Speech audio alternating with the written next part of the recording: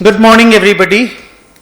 CMA final में एक छोटा सा टॉपिक है गवर्नमेंट अकाउंटिंग बोल करके। 10 से लेकर के 15 मार्क का एग्जाम में थ्योरी का क्वेश्चन आता है। एक्स्ट्रा में रहता है, नहीं भी अटेम्प्ट करोगे तो चलेगा, नहीं भी पढ़ के जाओगे तो चलेगा, लेकिन फिर भी अगर पढ़ लेते हो तो कम से कम श्योर शॉट आप इससे मार्क्स ला सकते हो। कोई दूसरा क्वेश्चन जो आपको नहीं आएगा आप उसको छोड़ सकते हो। ओके, सो करना क्या है सर इस गवर्नमेंट अकाउंटिंग में, क्या पढ़ना है? प्योर हार्डकोर थ्योरी, जैसे लॉ ऑडिट वगैरह के टॉपिक चैप्टर्स होते हैं ना, उस तरह का थ्योरी है, एकदम गंदा सा, चीप जैसा। तो सर इसमें हम लोग को कुछ सीखना जैसा है? Answer is no. आपको पढ़ना है और पढ़ के कोशिश करते रहना है कि आपको याद हो जाए। तो सर कैसे करें आप देखिए मेरे साथ साथ, क्योंकि आप अलग से तो बुक उठा करके रीडिंग करेंगे नहीं, तो मैं आपके लिए रीडिंग करके देता हूं। स्लाइड्स के फॉर्म में मैंने ये बना दिया है ताकि आपको विजिबिलिटी अच्छा रहे और आप जब देखें तो आपको चीजें थोड़ी थोड़ी करके ध्यान रहने लग जाएं। बहुत ही गंदा सा थियोरी है, लेकिन मैं कोशिश करूंगा कि आपको थोड़ा सा इंटरेस्टिंग लगने लग जाए। तो सर चलिए स्टार्ट करते। देखिए जो गवर्नमेंट अकाउंटिंग है, आप ये समझ लो कि सरकार, भारत की सरकार या वेस्ट बंगाल की गवर्नमेंट या मान लीजिए तमिलनाडु की गवर्नमेंट या मान लीजिए union territory like Daman Diu वगैरह की सरकारें, ये लोग किस तरह का अकाउंटिंग अपना करती हैं, तो उसके ऊपर ये डिस्कशन है।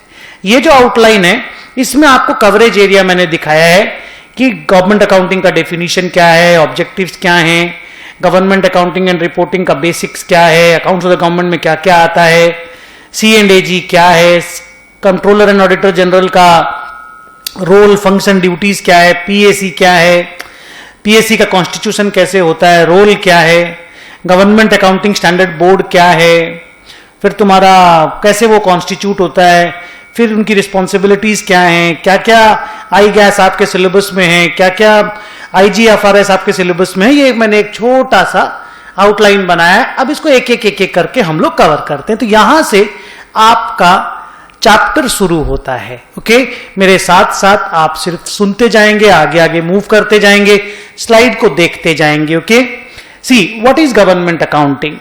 The answer is government accounting is defined as the accounting system used in the government institutions for the purpose of recording journalization को बोलते हैं, क्लासिफाइंग लेजर अकाउंटिंग में पोस्टिंग को बोलते हैं, समराइजिंग ट्रायल बैलेंस बनाने को बोलते हैं, and communicating PL balance sheet cash flow के प्रेजेंटेशन को बोलते हैं। The financial information regarding collection utilization of public funds and properties, it is concerned with keeping records of the government revenues and their expenditure in different development and administrative works. मतलब government accounting में be defined as the accounting system used by the government for the purpose of recording, classifying, summarizing and communicating the financial information regarding collection and utilization of public funds and properties। तो सरकार जो public fund collect करती है और उसको जो utilise करती है, उसका प्रॉपर रिकॉर्डिंग का पूरा सिस्टम को गवर्नमेंट अकाउंटिंग बोला जाता है। मेनली इसका काम है to records the governmental revenues and the governmental expenditures. वो सारे गवर्नमेंटल रेवेन्यूज एक्सपेंडिचर्स जो वेरियस सरकारी डेवलपमेंट और सरकारी एडमिनिस्ट्रेटिव काम में आते हैं, उन सारे इनकम एक्सपेंडिचर्स का हिसाब किताब रखना, लेजर बनाना, समराइज करना, रिपोर्ट करना, जर्नलाइज करना, वो सारा कुछ गवर्नमेंट अकाउंटिंग के डेफिनेशन के अंदर में आता है। तो कुल मिलाकर सरकारी हिसाब किताब, सरकारी इनकम और सरकारी खर्चा का हिसाब किताब को गवर्नमेंट अकाउंटिंग बोला जाएगा। आगे गवर्नमेंट अकाउंटिंग का ऑब्जेक्टिव क्या है? देखिए जो मेन ऑब्जेक्टिव है ना, वो मान के चलिए सरकार का मेन ऑब्जेक्टिव क्या है? टू प्रमोट और to maximise the welfare of the public. ये सरकार का मेन ऑब्जेक्टिव है। अब गवर्नमेंट अकाउंटिंग भी इसी ऑब्जेक्टिव की तरफ काम करता है। The answer is objective of the government accounting are the financial administration of the activities of the government to promote maximization of welfare in the form of various services। अगर अलग अलग बात करो तो अगर ब्रॉडली बात करो तो मैंने बोला पब्लिक का वेलफेयर का मैक्सिमाइजेशन हो, ये गवर्नमेंट अकाउंटिंग का भी ऑब्जेक्टिव है। अब इसको अगर फाइन प्रिंट में बात करें तो पहला है to record the financial transactions of revenues and expenditures. Easy है समझना।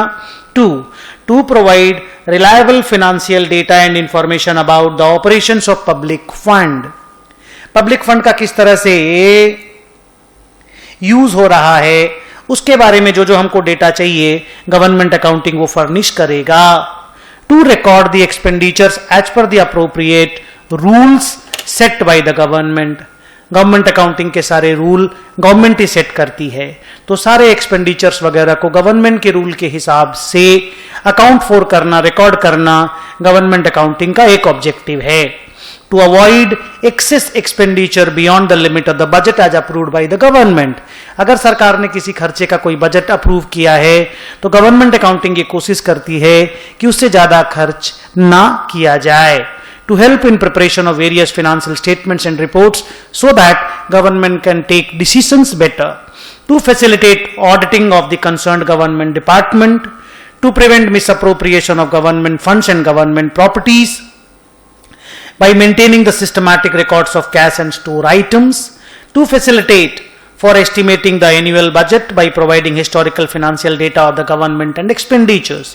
अगर शॉर्ट में हम लोग बात करें तो ऊपर का अगर दो लाइन का हम बात करें तो पहला to record financial transactions, to provide reliable financial data, to record expenditures, to avoid excess expenditures, to help in preparing various reports, to facilitate auditing, to prevent the misappropriation of government funds and to facilitate the preparation of budgets. ये government accounting के कुछ objectives हैं। तो sir हम लोगों के exam में कैसे क्वेश्चंस आएंगे?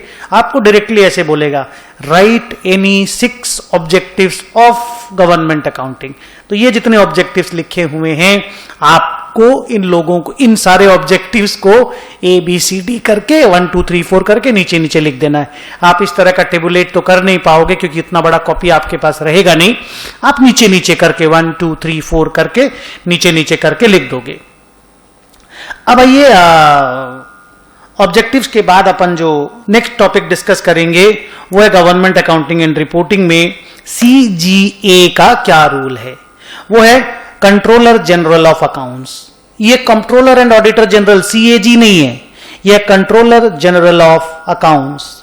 तो कहानी इस कौन है कंट्रोलर जनरल अकाउंट्स? जैसे बोलते हैं ना हम लोग बेटा कि RBI जो है वो सारे बैंकिंग सिस्टम का अपेक्स बॉडी है, वैसे CGA जो है ना वो अपेक्स अकाउंटिंग बॉडी है गवर्नमेंट ऑफ इंडिया का। सरकार का apex accounting body, highest accounting body, उसका नाम है CGA। CGA, it is the principal accounts advisor to the government of India and is responsible for establishing and maintaining a technically sound management accounting system. The accounts of the civil ministries are compiled and maintained by Pay and Accounts Office, that is the basic accounting unit. तो कहानी इस पे and accounts office कौन है? वो basic accounting unit है। आप ये मान के चलो जो जितनी सारी सिविल मिनिस्ट्रीज हैं उनके अकाउंट्स को कंपाइल करने के लिए पे एंड अकाउंट्स ऑफिस रहता है। और CGA जो है आप समझ लो कि वो पूरे सरकार का अपेक्स अकाउंटिंग बॉडी है। Consolidating monthly accounts of the government of India and reporting on the fiscal deficit is the primary responsibility of CGA। करता क्या है CGA? द आंसर इज जितने सरकार के मंथली अकाउंट्स हैं उसको कंसोलिडेट करना प्लस उसको रिपोर्ट करना सरकार को। और ये रिपोर्टिंग भी बेटा जो स्टोरी है ये सारी रिपोर्टिंग की जिम्मेदारी भी CGA की होती है। बोलते हैं कि जो मंथली अकाउंट्स होते हैं they are compiled in the CGA office and a monthly review indicating flow of expenditure, revenue collection, internal external borrowing, fiscal deficit, ये सब कुछ फिनांस मिनिस्ट्री के लिए बना करके देना सीजीए का जिम्मेदारी होता है। तो सीजीए वो अपेक्स बॉडी है जो पूरे सरकार के अकाउंट्स को कंपाइल करके महीना में कितना खर्चा लगा सरकार का, कितनी कमाई आई, कितने इंटरनल एक्सटर्नल बोरोइंग है, क्या फिस्कल डेफिसिट है, इन सब को मिनिस्ट्री ऑफ फाइनेंस को बताना, इसकी जिम्मेदारी सीजीए की होती है। अब आइए, अकाउंट्स ऑफ द गवर्नमेंट को अगर पढ़ना हो, सीखना हो, तो आप ये समझ लो कि आपको 3 अलग अलग फंड्स ऑफ इंडिया समझना पड़ेगा। That is consolidated funds of India, public accounts of India और कंटिजेंसी फंड ऑफ इंडिया। आइए इन तीनों को अलग अलग समझते हैं। लिखता है the constitution of India provides for the manner in which accounts of the government have to be kept. The accounts of the government are kept in 3 parts, namely consolidated fund, public accounts and contingency fund. They are discussed as under. अब अगर तुम इसमें main fund पकड़ोगे ना, सबसे important कौन सा है, तो obvious answer is consolidated funds of India. इसमें सरकार का सारा इनकम, टैक्सेस, रेवेन्यूज, खर्चा, लोन देना लेना, ये सारा detail consolidated funds of India के अंदर में रहता है। आप अगर ये बोलो कि मेन सरकारी अकाउंट का नाम क्या है, तो the answer is consolidated funds of India. तो सर फिर कंटिजेंसी फंड और पब्लिक अकाउंट्स क्या है, मैं थोड़ी देर के बाद उनके बारे में बताऊंगा। पहले मैं आपको कंसोलिडेटेड फंड्स ऑफ इंडिया को रीड करता हूं आपके लिए और धीरे धीरे करके आपको एक्सप्लेन करता हूं। The Consolidated Fund of India is constituted under Article 266(1). तो मैं बोलूं अगर कि भाई कौन से आर्टिकल्स में आपके कंसोलिडेटेड फंड्स ऑफ इंडिया का कॉन्स्टिट्यूशन किया गया था, the answer is article 266(1) of the constitution of India. जैसे कंपनीज एक्ट होता है, कंपनी के लॉ के लिए सरकारी संविधान जो कॉन्स्टिट्यूशन ऑफ इंडिया होता है वो सरकार के लिए, तो उसके जो आर्टिकल 266(1) में कॉन्स्टिट्यूट किया गया कंसोलिडेटेड फंड्स को। क्या होता है सर इसमें, तो कहते हैं all the revenues received by the government. अच्छा, सरकारी जो अकाउंट्स होते हैं बेटा वो कैश बेसिस पे मेंटेन होते हैं, याद रखिएगा। तो all the revenues received by the government by way of taxes like income tax, GST, customs, अब तो सेंट्रल एक्साइज रहा नहीं तो जीएसटी बोलना है, customs and other receipts flowing to the government in connection with the conduct of the government business, that is non-tax revenues, are also credited in the consolidated fund. अगर सरकारी income नहीं है, कोई और भी चीज है, जैसे मान लो लोन वोन वगैरह भी लिया हुआ है, नॉन टैक्स रेवेन्यूज अगर कुछ है, जैसे मान लीजिए कहीं से डिविडेंड मिल रहा है, आप सरकार है तो सरकारी कंपनियां हैं, सरकारी कंपनियां सरकार को डिविडेंड्स वगैरह देती हैं, तो वहां से भी तो सरकार को इनकम होती है। तो all those incomes including tax collections, they all are credited to the consolidated funds of India. सरकारी प्रॉफिट एंड लॉस अकाउंट, सरकार का लोन लेना देना, वो सब कंसोलिडेटेड फंड्स में होता है। तो मैं एक बार वापस से रिपीट करता हूं कि all revenues received by the government by way of taxes and other receipts like dividends etcetera to the government in connection with the conducts of the सरकारी बिजनेसेस, ये सब इसके अंदर आता है। Okay, similarly all the loans raised by the government by issue of public notifications like treasury bills, loans obtained from foreign governments, international institutions, they all are credited in this account. सारा receipt यहाँ पे credit होता है and all the expenditures are debited here. All the expenditures of the government which is incurred from this fund. अच्छा, इसमें एक खास बात यह है कि आप 1 रुपया भी खर्चा नहीं कर सकते जब तक आपको पार्लियामेंट ऑथोराइज नहीं करता। तो इसका 1 आना पाई का भी खर्चा पार्लियामेंट के ऑथोराइजेशन से होगा। तो अगर कोई बोले कि सरकार का सबसे मेन अकाउंट कौन सा है, सबसे मेन फंड कौन सा है, तो वो है कंसोलिडेटेड फंड्स ऑफ इंडिया। अब आइए पब्लिक अकाउंट्स ऑफ इंडिया। तो पब्लिक अकाउंट्स ऑफ इंडिया को आप ऐसे समझ सकते हो कि ये वो अकाउंट है जो जहां पे सरकार is acting as a banker. जैसे बैंक में आप अपना पैसा रखते हो तो बैंक का पैसा नहीं है, बैंक उसको आपके लिए रख के रखा है और फिर बैंक उसको आपके बिहाफ में पेमेंट कर देगा। तो उस तरह का जो अकाउंट्स होता है ना, वो पब्लिक अकाउंट्स ऑफ इंडिया बोला जाता है। Public accounts of India was constituted under article 266(2) of the Constitution. The transactions to be recorded in it relate to debts other than those included in the consolidated funds of India. Obviously, जो सरकार का अपना loan लेना देना है वो consolidated fund में है। पर सरकार अगर प्रोविडेंट फंड का पैसा कलेक्ट करती है या इस तरह का कोई भी चीज का पैसा कलेक्ट करती है जहां सरकार कलेक्ट करेगी और सरकार पब्लिक के लिए कलेक्ट किया और पब्लिक को ही वापस देना है, उस तरह का जो अकाउंट्स है वो पब्लिक अकाउंट्स ऑफ इंडिया में रिकॉर्ड किया जाता है। The transactions under debt, deposit and advances in this part are those in respect of which government incurs a liability to repay the money received or has to claim to recover the amounts paid। मतलब अगर सरकार ने आपके behalf में कुछ collect किया है तो वो अकाउंट वो पब्लिक अकाउंट्स में लिखा जाएगा, सरकार उसको रीपे कर देगी। सरकार ने आपके बिहाफ में कुछ पे किया है वो भी वहीं लिखा जाएगा कि सरकार आपसे बाद में कलेक्ट कर लेगी। तो आप ये समझ लो ये सरकार का ऑनेस्टली अपना अकाउंट नहीं है, यहां पे सरकार is working as a banker. आगे लिखता है कि the transactions relating to remittances and suspense shall embrace all adjusting heads. The initial debits और credits to these heads will be cleared eventually by the corresponding receipts and payment. कई बार क्या होता है कि हम लोग रेमिटेंस कर देते हैं, भेज देते हैं और पता नहीं रहता है, तो बाद में जब वो पैसा वापस आता है तो क्लियर हो जाता है। The receipt under public accounts do not constitute, important line, the receipts under public accounts do not constitute normal receipt of the government. सरकार का रिसीट नहीं है ये, सरकार यहां पे एक एजेंट की तरह काम कर रही है। सरकार ने कलेक्ट किया है आपके बिहाफ में, पब्लिक के बिहाफ में, किसी और के बिहाफ में, और बाद में पेमेंट कर देगी। Parliamentary authorization for payment from public accounts is therefore not required। क्योंकि इसमें क्योंकि ये सरकार का अपना पैसा नहीं है तो एज सच कोई पार्लियामेंट्री ऑथोराइजेशन नहीं चाहिए। अब आइए contingency fund of India. Contingency fund of India was set up under article 267 of the constitution of India. It records the transactions connected with contingencies. मुझे याद है ये जब बना था तब तो शायद 5 करोड़ रुपए के आसपास से बना था, बाद में इसको 500 करोड़ बना दिया गया इसके कॉर्पस को, और अभी जब 2020 में ना इसके कॉर्पस को 20,000 करोड़ रुपया बनाने की प्रपोजल लाया गया है। तो it is held on behalf of the president by the secretary of government of India, ministry of finance, department of economic affairs. The corpus of this fund is 500 crore. 20,000 crore बनाने की प्रपोजल आ चुकी है।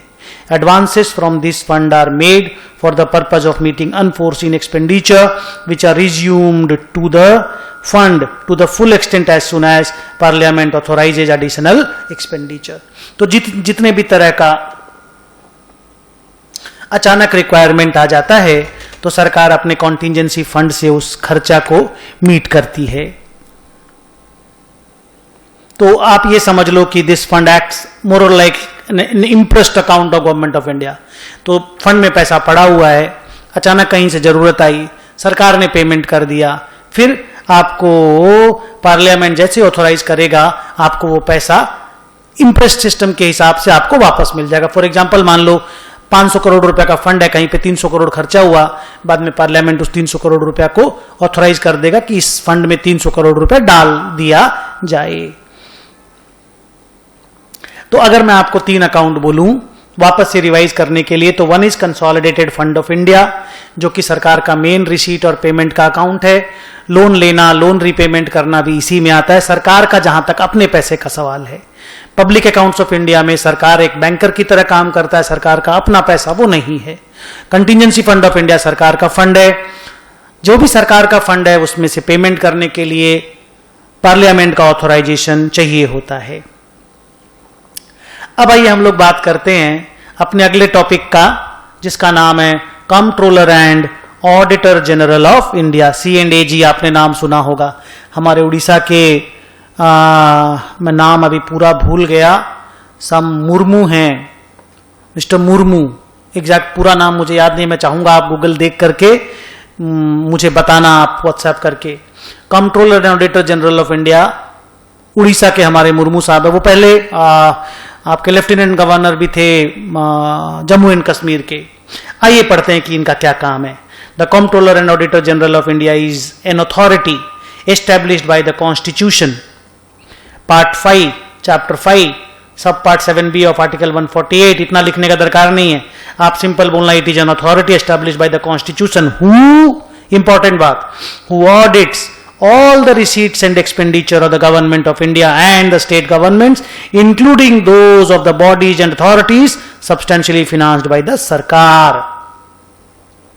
भारत की सरकारें, राज्य की सरकारें, वो सारे बॉडीज एंड अथॉरिटीज जिनको सरकार फिनांस करती है, उनका ऑडिट करने की जिम्मेदारी comptroller and auditor general of India की है, जिनका नाम आज के दिन, आज हमारा सीएजी मिस्टर मुर्मू हैं.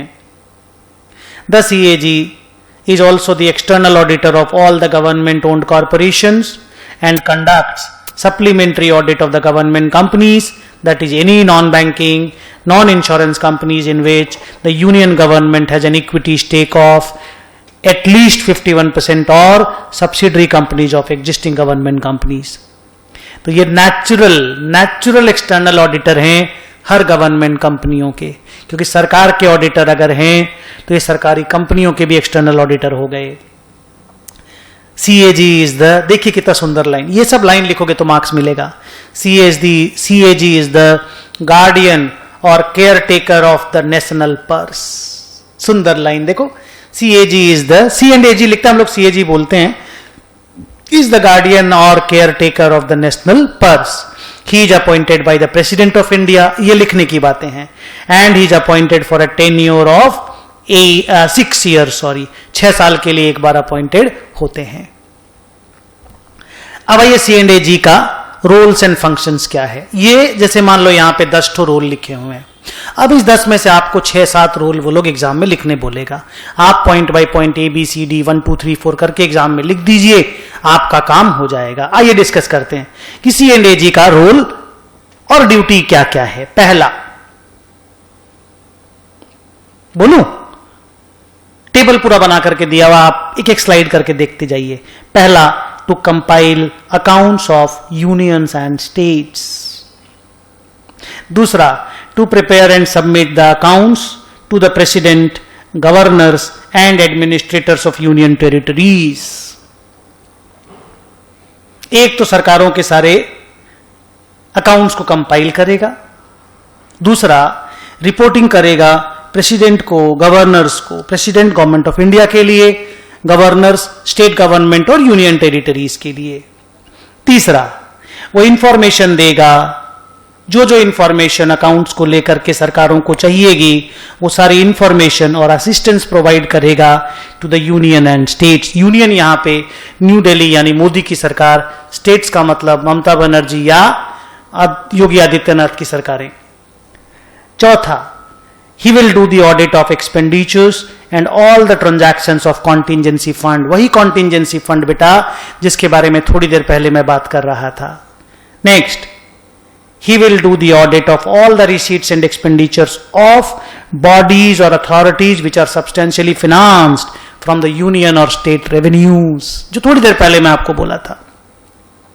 नेक्स्ट, वो सारे तरह के ग्रांट और लोन वगैरह का भी ऑडिट करेगा जो सरकार की तरफ से उन अथॉरिटीज या बॉडीज को दिया गया है जो सरकारी काम करती हैं. उसमें जो प्रोसेस इन्वॉल्व हुआ है उसको भी स्क्रूटनी करेगा, कहीं कोई चोरी चकारी, कोई माल प्रैक्टिस, कोई फ्रॉड तो नहीं हो गया.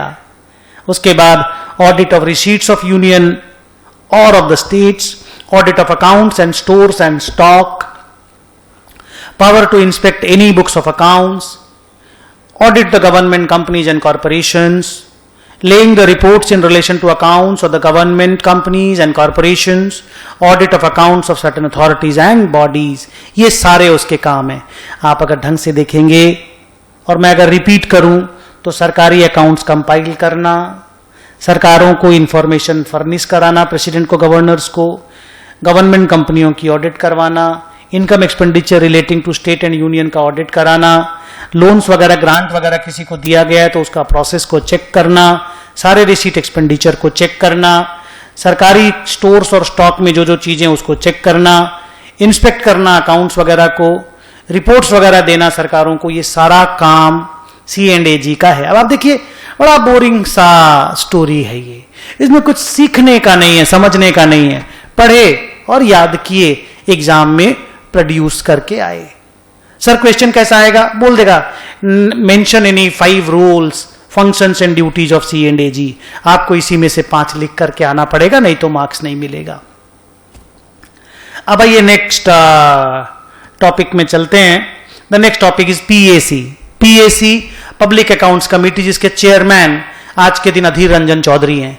अधीर रंजन चौधरी आपको मालूम होगा कांग्रेस के क्या बोलते हैं, अध्यक्ष ना, क्या बोलते हैं, तो उनको जो अपोजिशन पार्टी होती है ना बेटा इंडिया में, मेन अपोजिशन पार्टी, उसका जो हेड होता है, हेड का मतलब है अध्यक्ष जो होता है, वो PAC का चेयरमैन बनता है। आइए पढ़ते हैं PAC क्या है। Public accounts committee, the public accounts committee is the committee of selected members of parliament. मुझे जितना दूर तक याद है, थोड़ी देर के बाद देखेंगे, 22 मेंबर इसमें होते हैं। 15 लोकसभा से आते हैं, 7 राज्यसभा से आते हैं, लोअर हाउस से 15, अपर हाउस से 7 आते हैं, प्रोपोर्शनेट रिप्रेजेंटेशन के हिसाब से आते हैं। आइए देखते हैं। PAC is a committee of selected members of parliament constituted by the parliament of India। अच्छा, कोई भी मिनिस्टर अगर बन जाता है ना सरकार का, तो वो PAC का मेंबर नहीं बन पाता। तो a minister can not be appointed as a PAC का मेंबर, और अगर कोई PAC का मेंबर मिनिस्टर बन जाता है तो उसको PAC का मेंबरशिप उसी दिन छोड़ देना पड़ता है। ये 2 बातें ध्यान रखिएगा। आइए पढ़ते हैं। द कमिटी का काम क्या है? द कमिटी इज, ध्यान रखना, the committee is entrusted with the responsibility of examining the accounts of the government। एक तो controller and auditor general audit करता सरकारी अकाउंट्स को, ये लोग समझ लो उनके भी आगे हैं, ये पार्लियामेंट के मेंबर्स हैं। ये लोग सारे सरकारी अकाउंट्स को एग्जामिन करने का रिस्पॉन्सिबिलिटी रखते हैं। The government expenditures are thoroughly examined and ensure that the parliamentary limits are not breached. जितना खर्चा करने के लिए आपको ऑथराइज किया गया था, आप उन खर्चा को एक्सीड तो नहीं कर गए। It examines the report of the accounts of the union government submitted by the CAG।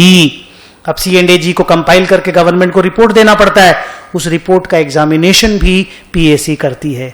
तो आप ऐसा बोल सकते हो, क्या PAC CAG से बड़ी है?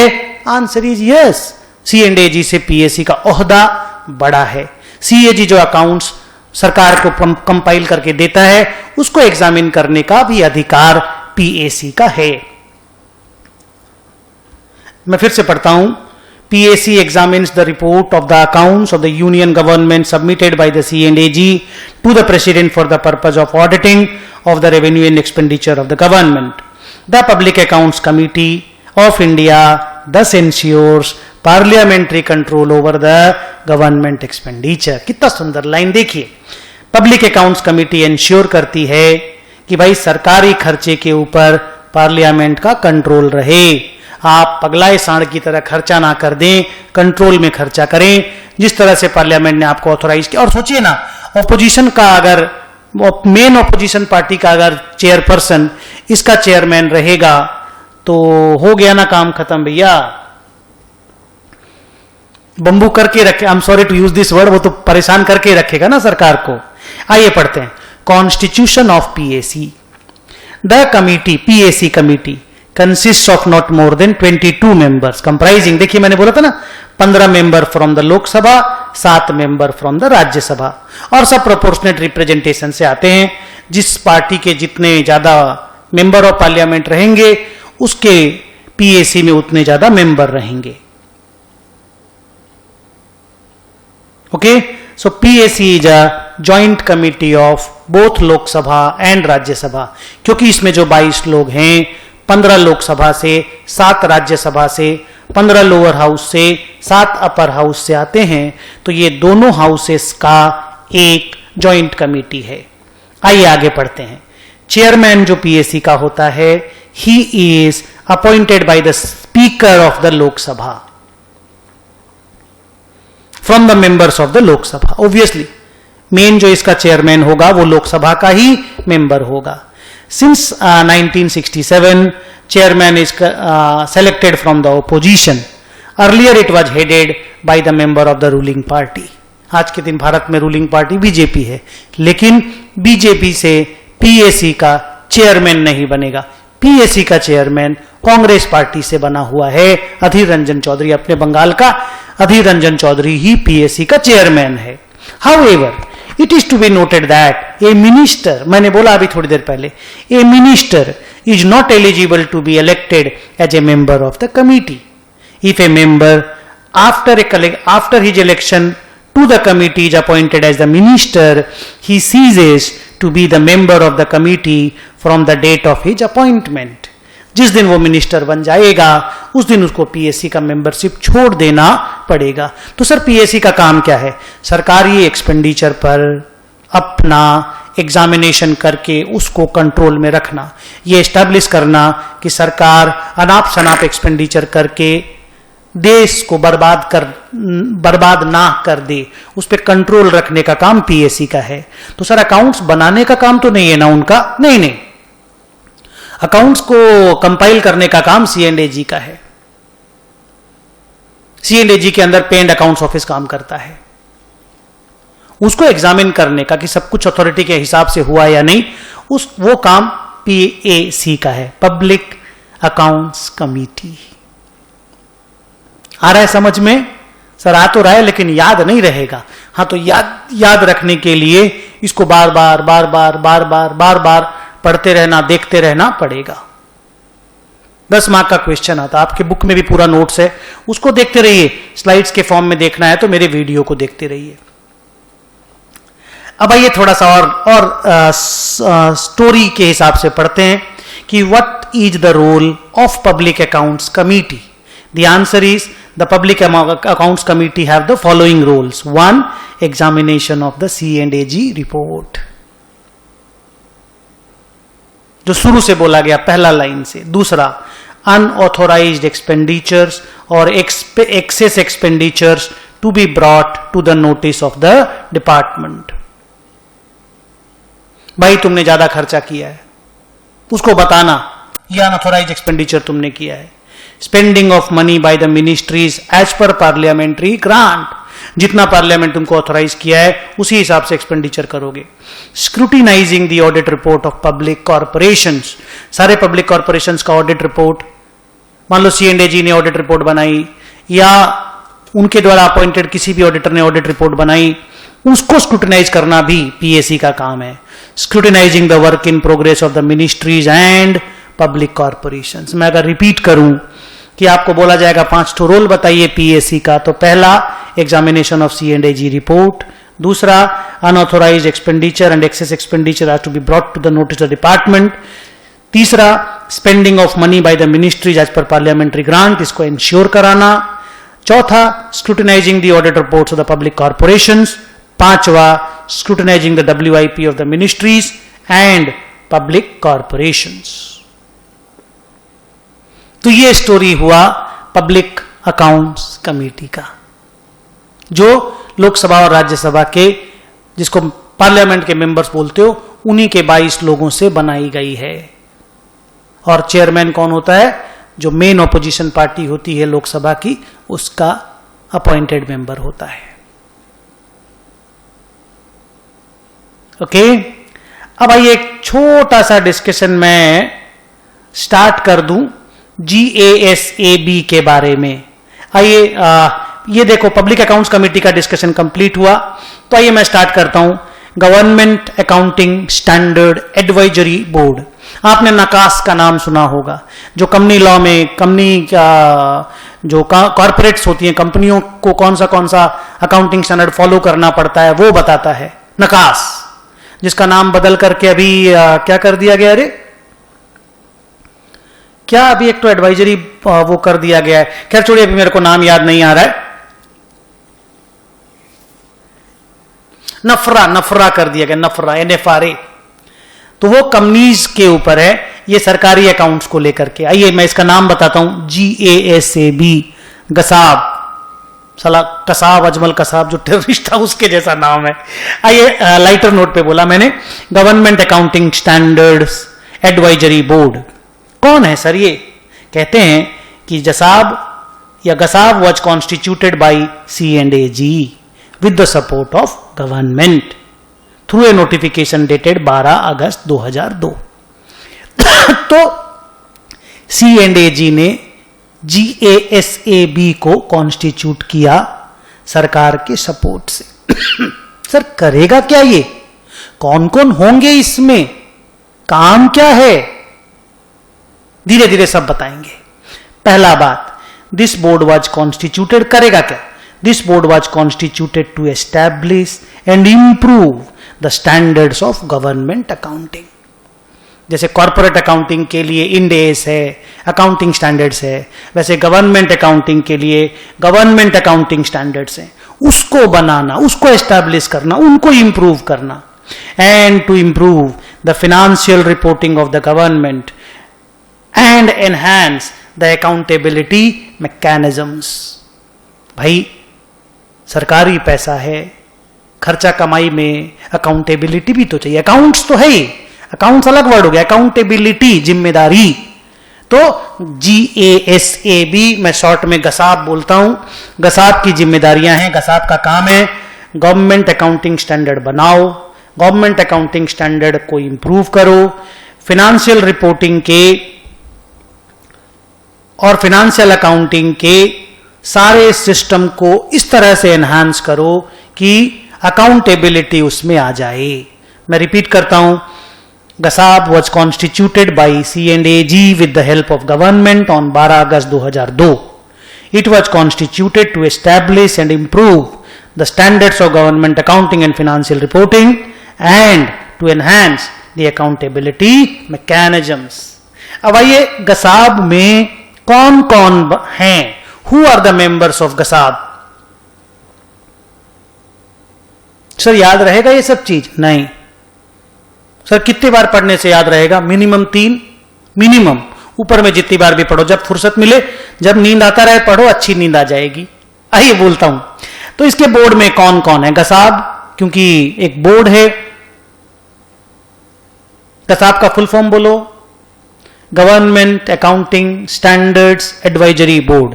G for government, A for accounting, S for standard, A advisory, B board. आइए कौन कौन इसके मेंबर हैं। Deputy controller and auditor general, chairperson है वो। C&AG का जो डिप्टी है वो गसाब का चेयरमैन है। Financial commissioner railways, finance member of telecom communication department of telecom, secretary department of post, controller general of defence accounts, controller general of accounts CGA, additional और joint secretary ministry of finance, deputy governor of RBI और his nominee, principal secretary of finance the 4 states by rotation. 4 state के principal secretary rotation से बनते रहते हैं, हर साल rotation होता रहता है। Director general of national council of applied economic research, full form NCAER, national council of applied economic research. बहुत सारी सरकारी एजेंसियों का फुल फॉर्म सीखने मिल जाएगा। Director general of national council of applied economic research, new Delhi. Institute of chartered accountants का president, देखिए हम लोगों का औकात। President of institute of cost and works accountant, CMA, तुम लोगों का इंस्टीट्यूट का कितना बड़ा औकात है। देखिए सर, आप अपने को अलग क्यों करते हैं CMA से? क्योंकि मैं कॉस्ट अकाउंटेंट नहीं हूं, मैं CA हूं, इसलिए मैं पहले आ रहा हूं, आप लोग थोड़ा बाद में आ रहा हूं। सॉरी टू से दिस, थोड़ा सा गलत साउंड हो रहा हूं, पर मैंने बोल तो दिया। And last, principal director in GASAB as member secretary. मैं एक बार वापस से पढ़ता हूं कि कौन कौन गसाब के बोर्ड को कॉन्स्टिट्यूट करते हैं। पहला, डेप्यूटी C&AG, दूसरा फिनांस कमिश्नर रेलवेज, तीसरा टेलीकॉम डिपार्टमेंट का मेंबर, पोस्टल डिपार्टमेंट का secretary, controller general of defence accounts, controller general of accounts, additional secretary ministry of finance, deputy governor of RBI, principal secretary of 4 states by rotation, director general of NCAER, institute का president, cost and works accountant का president और principal director in GASAB as member secretary. तो ये लोग सब गसाब के members हैं। अब आइए इंपॉर्टेंट बात कि करता क्या है, रिस्पॉन्सिबिलिटी क्या है। मैंने पहले भी बोला, मैं वापस से बोलता हूं, गसाब का काम क्या है ऑलरेडी बोल चुका हूं मैं।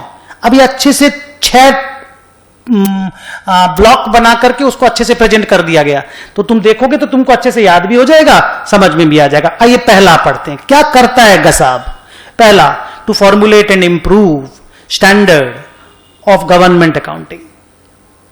अगर किसी एरिया में अकाउंटिंग स्टैंडर्ड नहीं है सरकारी, बनाना, अगर है तो उसको इंप्रूव करना, और इस तरह से इंप्रूव करना कि अकाउंटेबिलिटी मैकेनिज्म इंश्योर हो जाए।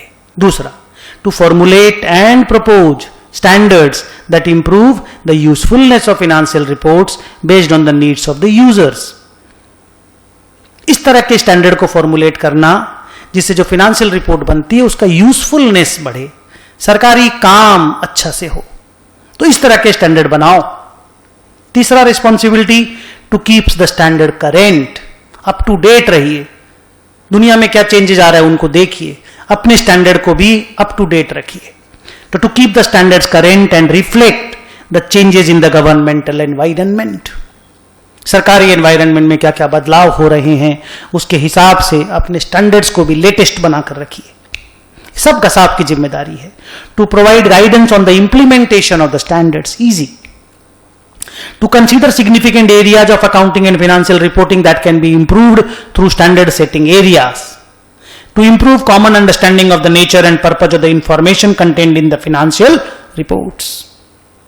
थोड़ा सा बोरिंग लगेगा, बट यही सच है। मैं फिर से पढ़ता हूं। To formulate and improve responsibilities of GASAB.